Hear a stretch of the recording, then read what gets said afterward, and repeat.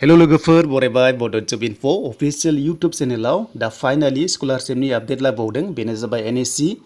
दा 20,000 22 25 30,000 जायफ्रा select जायो नोंथांमोना मोनगोन गभर्नमेन्टनिफ्राय राङारि अनसुंथाइ बेनो जाबाय scholarship NSC दा बेयाव मोननो बेसेबां फरायनाय जानांगोन पार्सेन्ट बेसेबां नांगौ जों गासैबो डिटेल्सखौ नायगोन दा गिबियाव जायफ्रा चेनेलाव गोदानै फैदोंमोन साबस्क्राइब खालामना ला बेफोरबादि स्किमनि आपडेट मोननो लोगोसे जबनि आपडेट मोननो दा जों बे आपडेटखौ नायनोब्ला थांनांगोन NSP नि आन्डाराव दा NSP निफ्राय प्रोवाइड खालामो देन बेयाव फैनाय लोगो लोगो जों मोनगोन माखासे पर्टेल दा बेबायदि पर्टेल मोननाय लोगो लोगो नोंथांमोनहा एसे गाहायाव फैनांगोन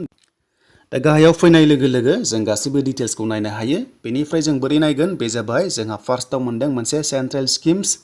दा जोङो सेन्ट्रेल स्किम्सआव क्लिक खालामनानै नर्थ इस्टार्न रिजनाव जों फैनांगोन एबा नर्थ इस्टार्न काउन्सिलाव जों फैनांगोन NSC अके देन NSC मोनदोंना बेयाव क्लिक खालामनाय लोगो लोगो ओंखारबाय बेनो जाबाय बिनि लास्ट डेटआ 31 अक्ट'बरसिम थागोन आरो लोगोसे भेरिफिकेसन जागोन नभेम्बर 15 निफ्राय जागोन गाइडलाइन्स दङ मोनसे राइट साइड खनायाव गाइडलाइन्सआव क्लिक खालाम गाइडलाइन्सआव क्लिक खालामनाय लोगो लोगो जोङो बोरै मोननो एबा राङा बेसेबां आरो बेसेबां फरायनाय पार्सेन्ट नांगौ जों गासैबो डिटेल्सखौ नायनो हायो स' बेखायनो जोङो नायनोसै फैदो गाइडलाइन्सखौ डाउनलड खालामनानै स' नोंथांमोना जायफ्रा इन्टारेस्टेड दङ एप्लाइ खालामबानो जाबाय आरो बेयाव सोर मोनो आं नोंथांमोनजों माखासे शेयार खालामगोन जाहाथे नोंथांमोना बुजियो देन बेयाव फैनाय लोगो लोगो जोङो नटिफिकेसन नायनोसै फैदो दा बे जाबाय गाइडलाइन्स बेनिफ्राय आसाम स्टेटआव साबेसे मोनगोन बेयाव होखानाय दङ दा सेकेन्ड नाम्बाराव नाय नोंथांमोनाहाय आसाम स्टेटआव दा डिप्ल'मायाव दङ 30 स्टुडेन्टस बेनिफ्राय डिग्रियाव दङ 200 दङ बेनिफ्राय PG लेभेलाव दङ 80 बेनिफ्राय एमफिल एबा PhD 10 दङ गासै 320 भेकेन्सि दङ आसाम स्टेटनि थाखाय बे जाबाय अनलि फर नर्थ इस्टनि थाखाय बेयाव गुबुना मोननाय नङा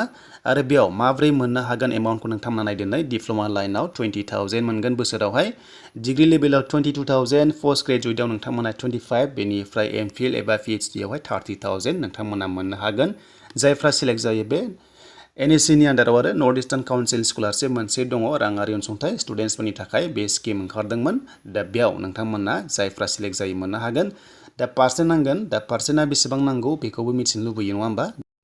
स' दानिया जोङो फरायनाय पार्सेन्टखौ नायोब्ला ओरैबायदि बुंदों बेयाव नोंथांमोना डिप्ल'मा लाइनाव जायफ्रा एप्लाइ खालामगोननो HSLC एबा HS आव नोंथांमोना 60% खालामनानै मोननानै डिप्ल'मा लानाय जानांगोन जायखिजाया डिप्ल'मा लाइनाव लानाय जानांगोन आरो 60% थानांगोन अब्ला मोनगोन आरो डिग्री लेभेलाव जायफ्रा दायो सेमिस्टार एडमिसन लादों अब्ला नोंथांमोननिया हायार सेकेन्डारि लेभेलाव 60% लानानै फैनाय जानांगोन जायखिजाया स्ट्रिमनिफ्राय आरो बेनिफ्राय पोस्ट ग्रेजुवेटआवबो नोंथांमोनाहाय जायखिजाया 60% लाथारनांगोन कर्सआ नोंना हमना ला BA थानो हागौ BSc बा BE दङ बेनिफ्राय BTech दङ MBBS दङ LLB दङ BCA दङ बेनिफ्राय BBA दङ आरो लोगोसे कमार्सबो थागोन बेयाव होआसै स' नोंथांमोना 60% लानाय जानांगोन आरो डिग्री लेभेलाव बेनिफ्राय PG एडमिसन लानाय जानांगोन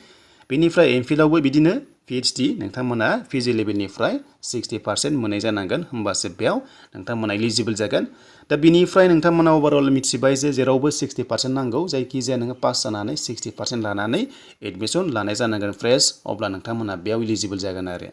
स' बेनिसिम लोगोफोर नोंथांमोननि माखासे डिटेल्स दा बिनिफ्राय मा डकुमेन्ट्स नांगौ जों बेखौबो नायनोसै फैदो गोबाव खालामलिया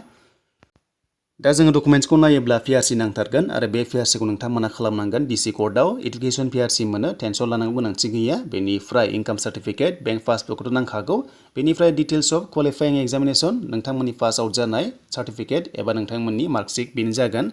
बेनिफ्राय माखासे बेयाव नाम्बाराव दङ बे इसेबां मेन्डेटरि जायफ्रा बे PhD लाइनाव खालामदों बे बाट जेनेरेलनि थाखाय नङा डिग्री लेभेलनि थाखाय नङा only four MPhil and PhD अके स' नोंथांमोना माखासे डिटेल्सनि गेजेरजों बेखौहाय NSP नि आन्डारजोंहाय मोननो हासिगोन आरो लोगोफोर जाय नोंथांमोना बेयाव जायफ्रानोखि इन्टारेस्टेड मोनदों स' नोंथांमोना एप्लाइखौ खालामबानो जाबाय दा बेनिसिम लोगोफोर NSC स्कलारशिपनि आपडेट आरो गोबां स्कलारशिपनि स्किम फैगासिनो दङ बेखौ नोंथांमोना फारि मोनलांबाय थागोन सोर मोनथावना सोर मोना अके